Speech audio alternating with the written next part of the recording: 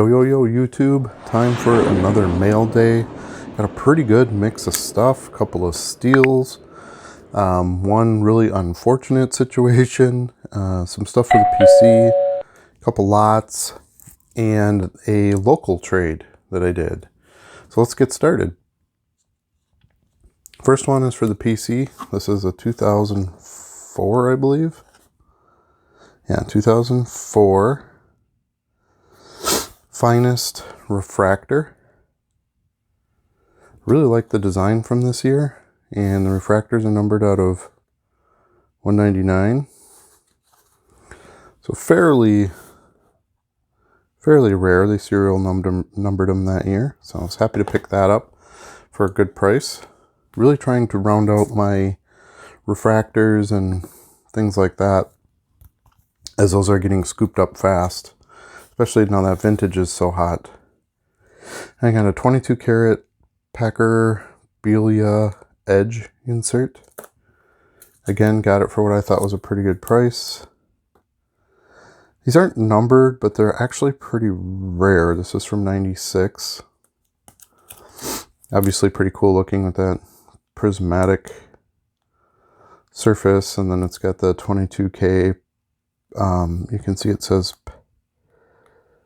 Packer Belia in the top left corner, so it was like a special insert just for him, so love that. I already have one for my PC, so that'll probably be something I offer in the store. This is one of my favorite insert sets of all time. This is Team Finest from 99, Topps Finest. This is the gold version, not a refractor, just a gold. There's red, blue, and gold. It is numbered out of 250. So I have the red and the blue. I also have the blue refractor. I might have the red refractor too. I have to check, but I didn't have any of the gold, so I'm happy to add that. A couple of Prism parallels from 2014. The 2014 stuff has been hot for me. I've been selling. In this year, he was released as a Packer, a Jet, and a Viking. And I've been selling all three pretty well.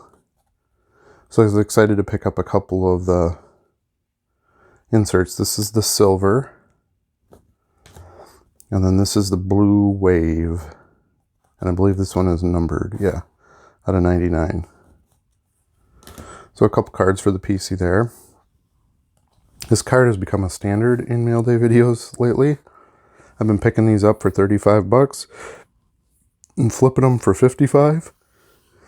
I looked at this one a little bit when I got it, and it's in really, really good shape. So this might actually go into my to be graded pile. I have to check the centering. Centering is tough on these when there's no borders. So you kind of have to go off of the foil. The foil has to be up high enough. And I use actually this little point, this little white point here on the shorts to look at centering. So I'll pull up a PSA 10 and check it against that for that part. And I got to look at the surface a little bit closer, but it's a pretty good candidate for a grade. Even in a 9, these go for about 100 bucks. And gaining. The 91 Stadium Club has gone up a couple $100 in the last month for some reason. No, maybe not that much, about 150 bucks. So this card is more desired and shorter printed, so that one should have some gain as well. Here is my steal of the week.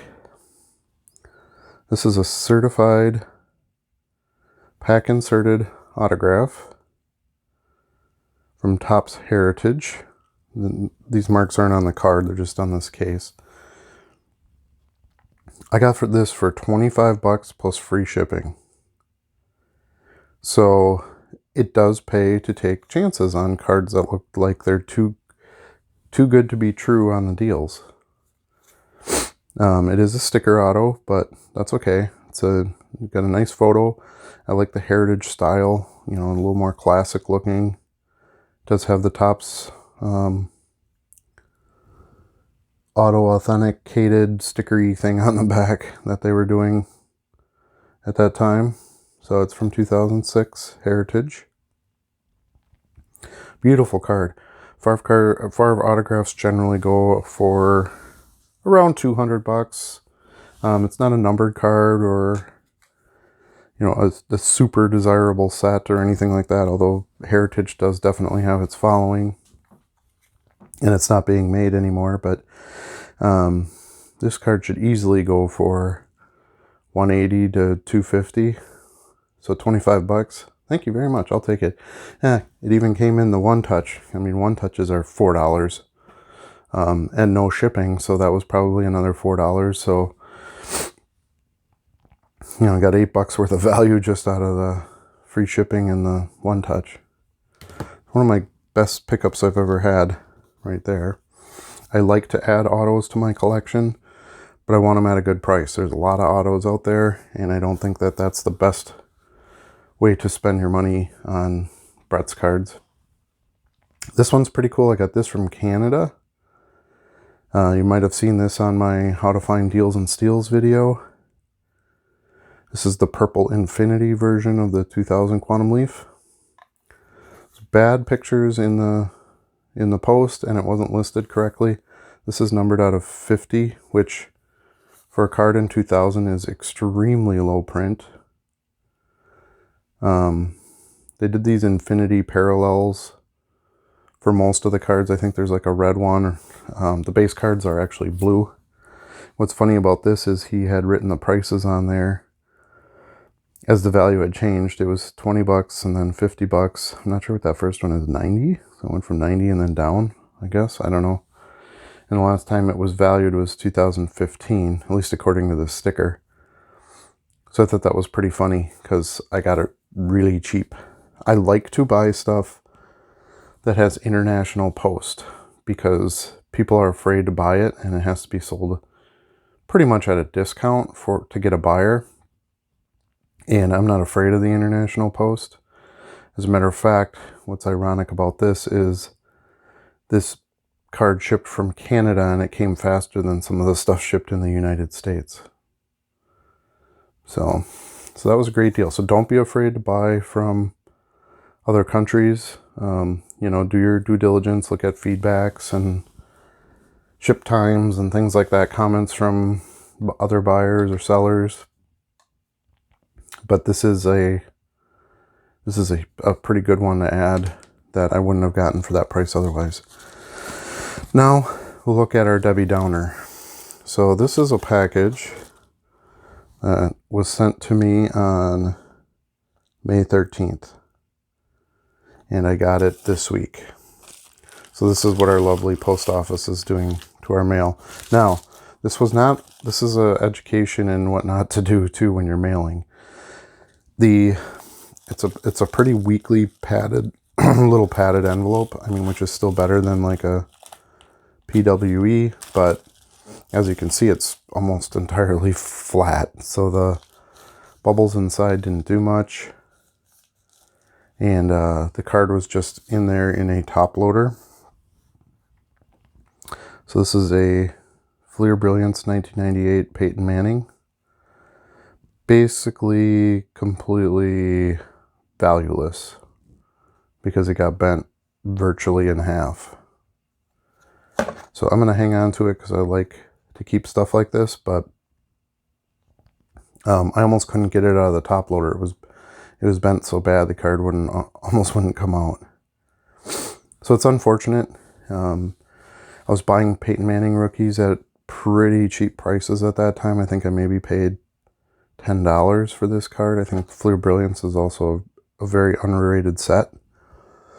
This one was in really good shape when I was looking at it online. Now, I didn't lose my money. I filed a claim months ago, obviously, and got refunded. So unfortunately, the seller's going to be out the money on this one, but it's kind of cool that I at least got it and it didn't get totally lost. And again, it's something I can keep as sort of a fun story. That's all it's worth now, unfortunately. Okay, then I got a lot of, I think this is like 70 cards maybe. I don't know, you'll see in the buy picture there. Nothing real spectacular. Some stuff to put in the store. I do not have this True Blue parallel from Leaf, so I did get a card for the PC. Otherwise, a lot of this is just base stuff. Things that sell. Gallery, I just sold one of these last night, actually, so those move. 94 Finest, those are always great to add to inventory. Very popular card that gets a premium.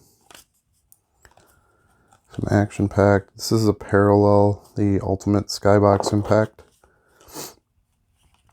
So that's always a good one to add to the store. And then here's a gold ingot parallel as well.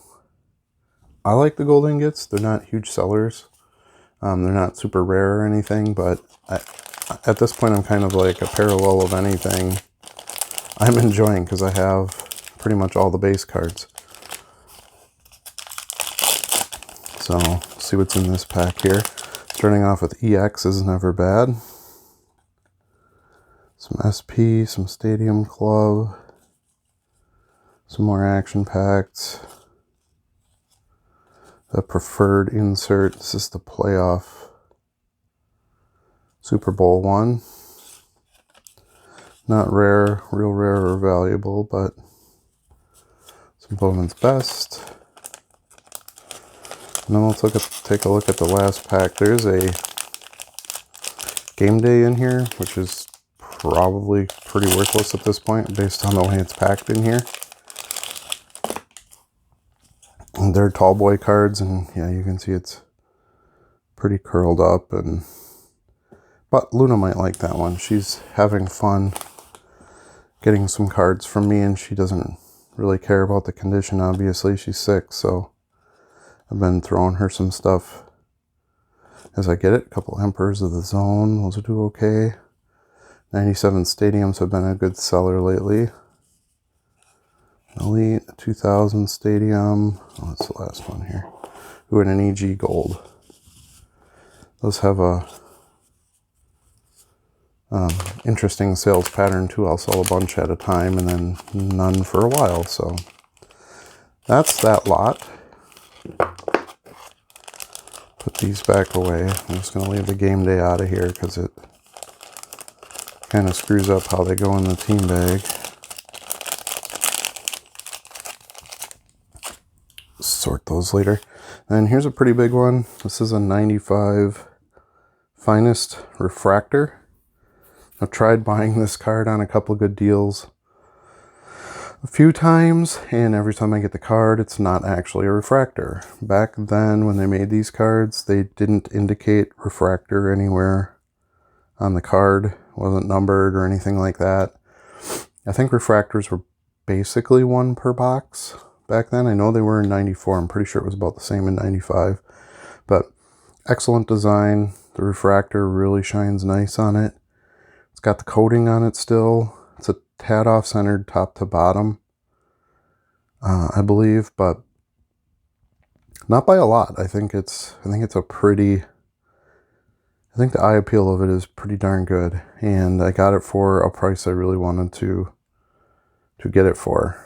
Sometimes these don't come up much, so sometimes people are asking like 70, 80, 100 bucks for them, especially since the 94s go for like 75 to 80 bucks. So 20 bucks I thought was the right price for me. And this will go in my PC. And I got this little lot. It's 2 lots of 13 of the same card. This is a 93 Proline, not much magic there. But hey, more inventory. If I sell a couple of them, it starts putting me in the black. But the big prize here is these. I sell these for $6 a piece, and I got 13 of them. And they're in pretty good shape. I did pop them out. I don't know about being grade worthy. I think I have a PSA 8 in this card. It's a pretty tough grade. It's kind of cheaper paper stock, and then being the dark color on all the edges, you know, through the whole photo. But these were kept in pretty good shape. I'm guessing somebody just had was buying boxes of them, pulling the autos out, and then they threw a pack of these together. So I was happy to get those in a...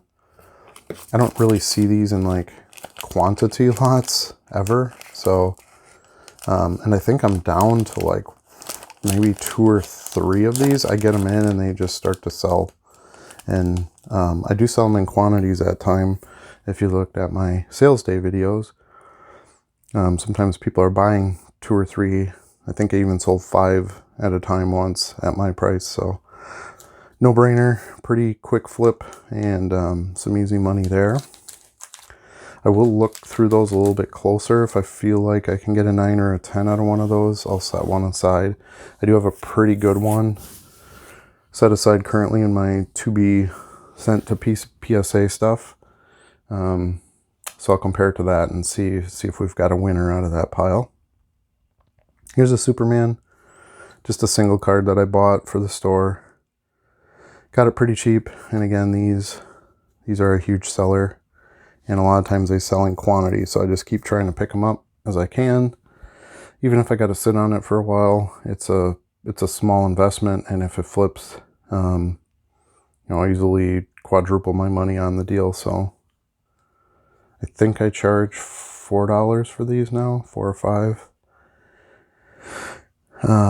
Yeah, and it came in a top loader, so that gives me another top loader to ship with. So free supplies is worth quite a bit.